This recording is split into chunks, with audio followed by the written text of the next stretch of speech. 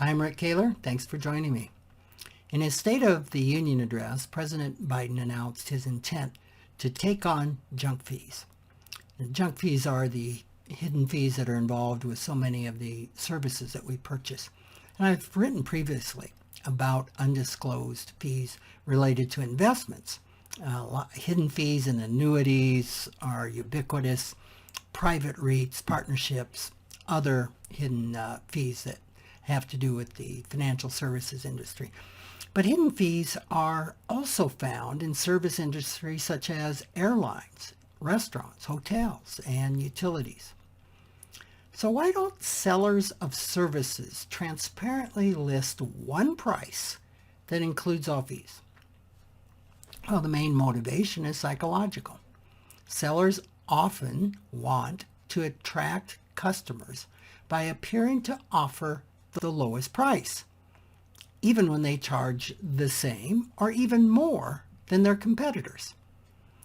One of the cognitive biases they use is anchoring. Now, let me give you an example.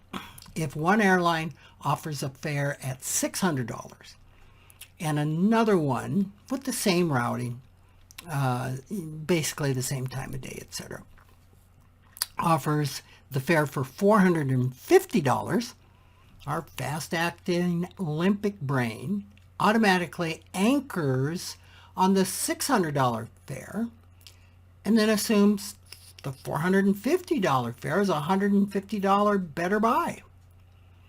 So it takes for us to make a shift to our slower thinking cognitive brain to grasp that the $600 fare may include all the services that are added on as fees to the $450 fare.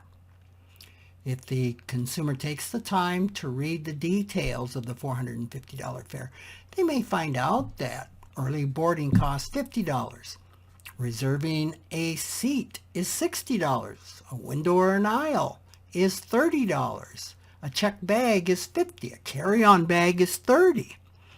These added on fees total $220, which brings the $450 fare to $670, which is $70 more than the seemingly higher $600 fare. In similar fashion, at first glance, a $200 hotel room with no resort fee appears to be more expensive than a $160 hotel room with a hidden $50 resort fee. A $50 daily car rental fare with taxes included looks higher than a $40 daily rate with a hidden airport tax at $10 and additional taxes of $8. Another thing I've noticed since the pandemic started is a new 3.5% fee added to the check at some restaurants. It's in addition to any tip and can be creatively called a number of things. And often it's not even mentioned prior to ordering, but it shows up when I receive the check. These added fees are completely legal. Proponents of a menu of charges and fees breaking everything out argue, really, this gives consumers the option to only pay for the services they want. So in the case of the airline fare, if the only add-on the air traveler needs is a carry-on bag, then the $450 fare plus the $30 fee for the carry-on is clearly the best deal. But the real issue here isn't about offering consumers a menu of charges from which they can choose. It's about transparency. I mean, who can argue with requiring sellers of services to be held to a standard of transparency?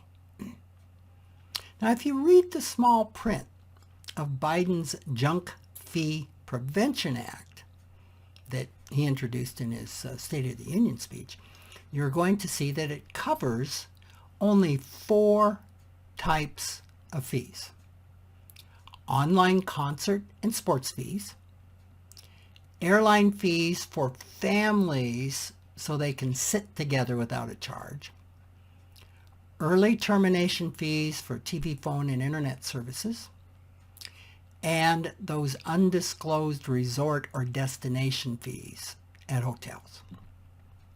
That's it. If you think about it, writing a bill that encompasses the enormity of mandating transparency of all charges is really next to impossible.